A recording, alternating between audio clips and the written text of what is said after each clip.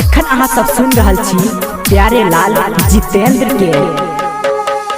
मिलब नयाब दोबारा हम आहाँ के नजर में आवारा हम। नफरत भरल ई दुनिया में कर लेबै गुजारा हम। जे हमर मन के मीत छलैया हो, जे हमर मन के मीत छलैया नजर से दूर गेलैया। दिल हमर ई झलैया सांस रुक रुक चलैया।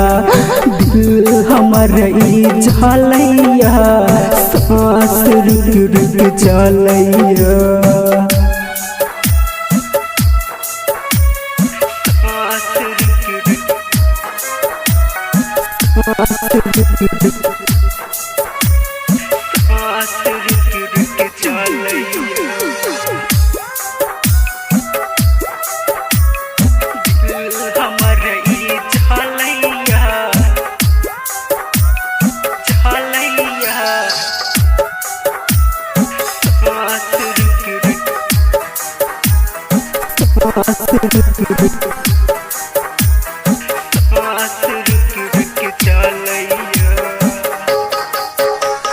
दिल दोसर सा लगा लेला हमरा आहाँ दगा देला।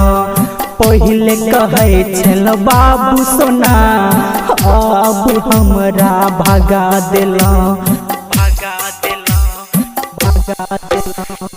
दिल दोसर सा लगा लेला हमरा आहाँ दगा देला। पहले कहे छल बाबू सोना आप पिया भगा देला। के समझाओ ई पागल दिल के जे करे के चाही न कलैया।